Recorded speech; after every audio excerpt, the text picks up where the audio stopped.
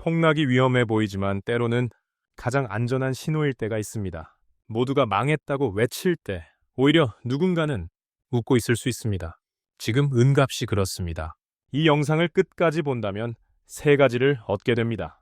첫째, 은갑 30% 폭락이 왜 진짜 붕괴가 아닌지 구조를 이해하게 됩니다. 둘째, 월가가 은을 다시 정의한 진짜 이유를 알게 됩니다. 셋째, 삼성 SDI 전고체 배터리와 응압시 왜 한 몸처럼 움직이는지 연결고리가 머릿속에 그려집니다. 자, 고점 106달러였던 은값이 80달러 선까지 밀렸습니다. 약 30% 폭락입니다. 친구들 사이에서 누가 갑자기 시험 점수가 떨어지면 다들 망했다고 수군거립니다. 그런데 알고 보니 그 친구는 일부러 모의고사를 망쳐서 경쟁자들을 안심시키고 있던 상황이라면 어떻겠습니까? 월가는 이번 폭락을 자산 붕괴라고 부르지 않습니다. 종이은의 강제 청산이라고 정의합니다. 종이은이란 실제 은이 창고에 있는 것이 아니라 서류상으로만 존재하는 증서입니다. 쉽게 말해 통장 잔고는 있는데 금고는 비어있는 상태입니다.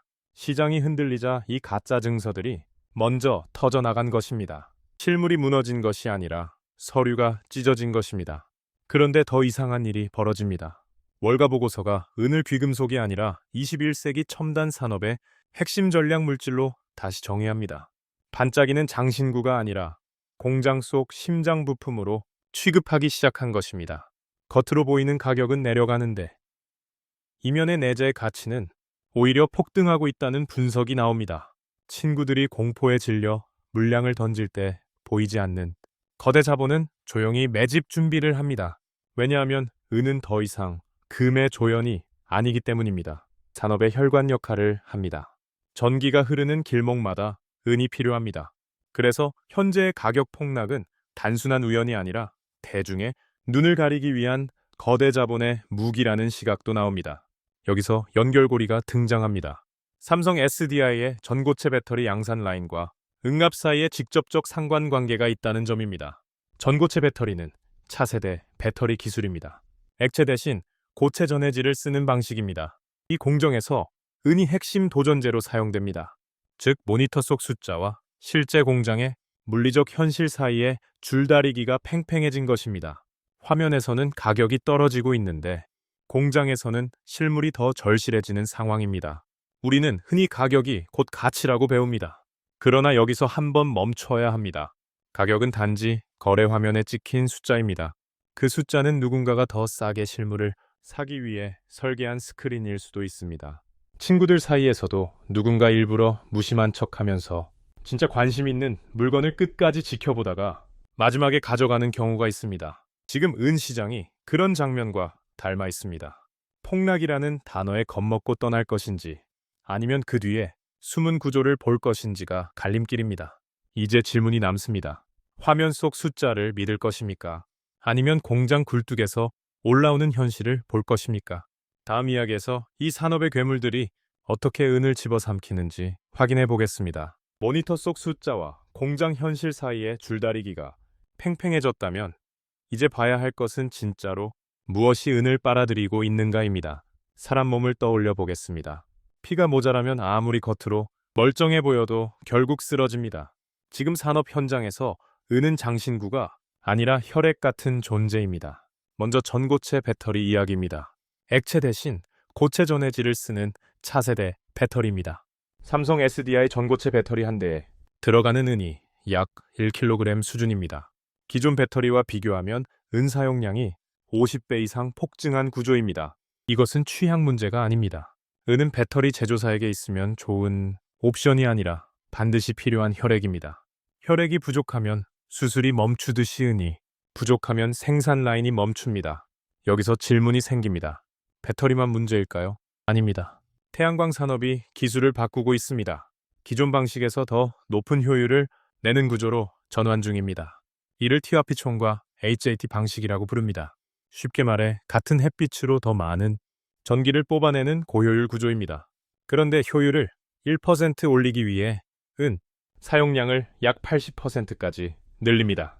운동할 때 땀이 조금 더 나기 시작하면 수분 소비가 급격히 늘어나는 것과 같습니다. 2025년 기준 태양광 산업이 소비할 은은 약 3억 온스로 예상됩니다. 이 수치는 전 세계 연간 공급량의 약 40%에 육박합니다. 하나의 산업이 전체 생산량의 절반 가까이를 빨아들이는 구조입니다. 여기서 끝이 아닙니다. AI 데이터 센터가 등장합니다. 서버가 늘어나면 전력 효율이 중요해집니다. 전력 손실을 줄이기 위해 고대 역폭 메모리와 전력망 연결부에 은도금이 필수입니다. 은도금이란 전기가 가장 잘 흐르도록 표면을 은으로 코팅하는 방식입니다. 은은 전기 전도율이 가장 높은 물질입니다. 다른 금속으로는 완전히 대체하기 어렵습니다. 그래서 은은 AI의 혈관이라는 표현이 나옵니다. 실리콘밸리 거물들은 반도체 수율이 조금 떨어지는 것보다 실물은이 고갈되는 상황을 더 두려워합니다. 수율은 공정 개선으로 올릴 수 있지만 실물은 땅에서 캐야 하기 때문입니다. 우리는 흔히 가격이 떨어지면 수요도 약하다고 착각합니다. 그러나 일상에서 생각해보면 다릅니다.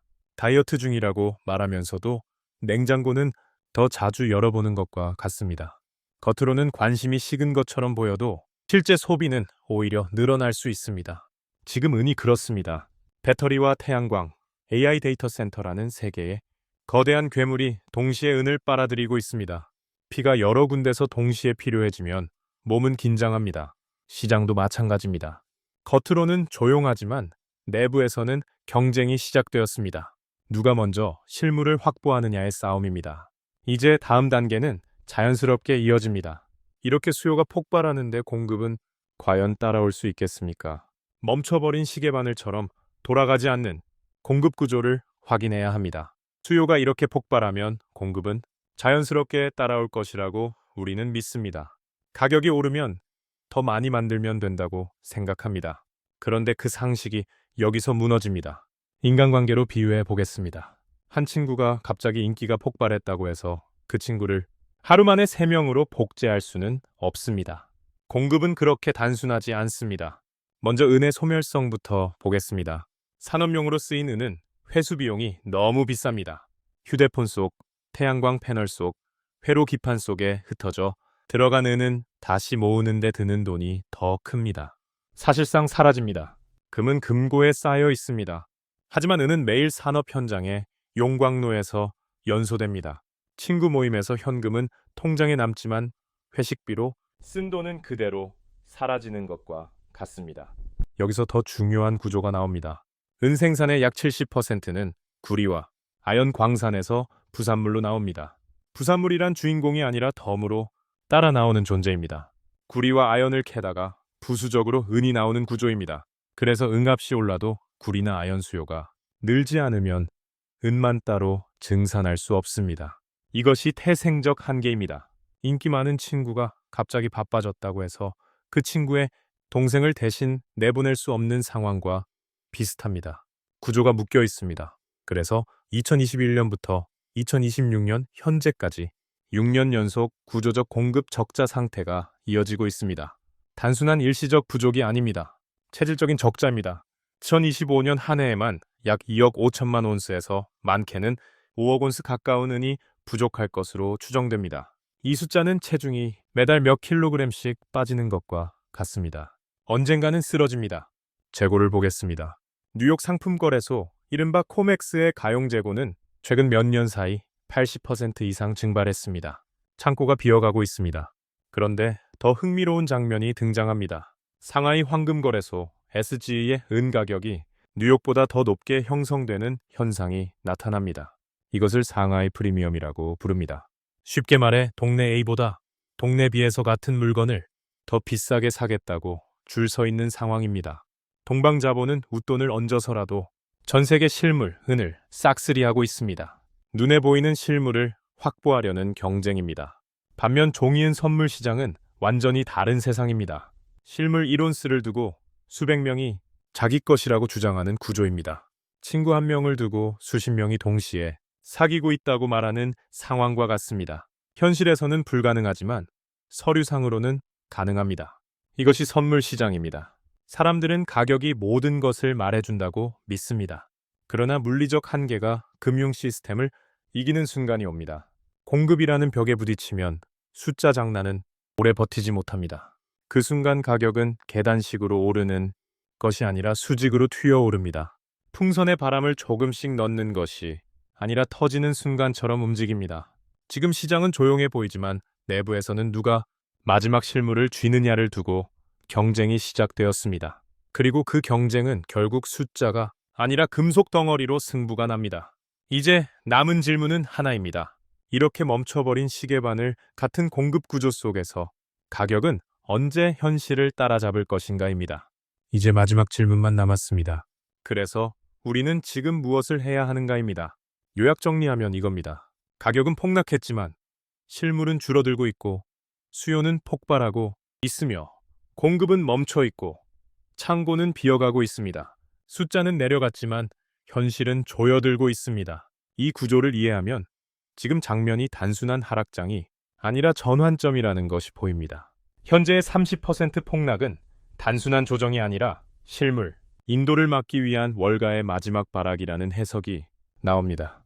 화면 속 가격을 눌러서 사람들이 실물을 요구하지 못하게 만드는 시간 벌기 전략입니다. 그런데 이미 큰 손들은 움직였습니다. 은행 예금 인출인 뱅크런보다 더 무서운 실물 인출, 이른바 볼트런을 끝낸 상태입니다. 금고에서 금속을 꺼내 자기 창고로 옮겨놓는 행동입니다. 조용하지만 결정적인 움직임입니다. 여기서 중요한 분기점이 등장합니다. 삼성 SDI가 2026년 하반기 전고체 배터리를 본격 양산하기 시작하는 시점입니다.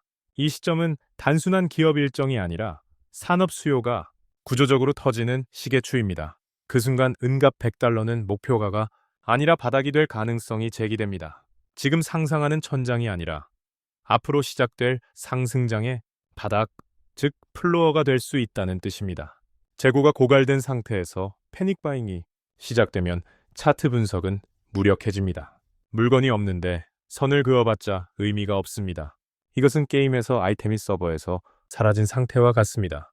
경매장에 매물이 없으면 가격은 계산이 아니라 호가 전쟁으로 결정됩니다. 지금 또 하나의 기괴한 장면이 있습니다.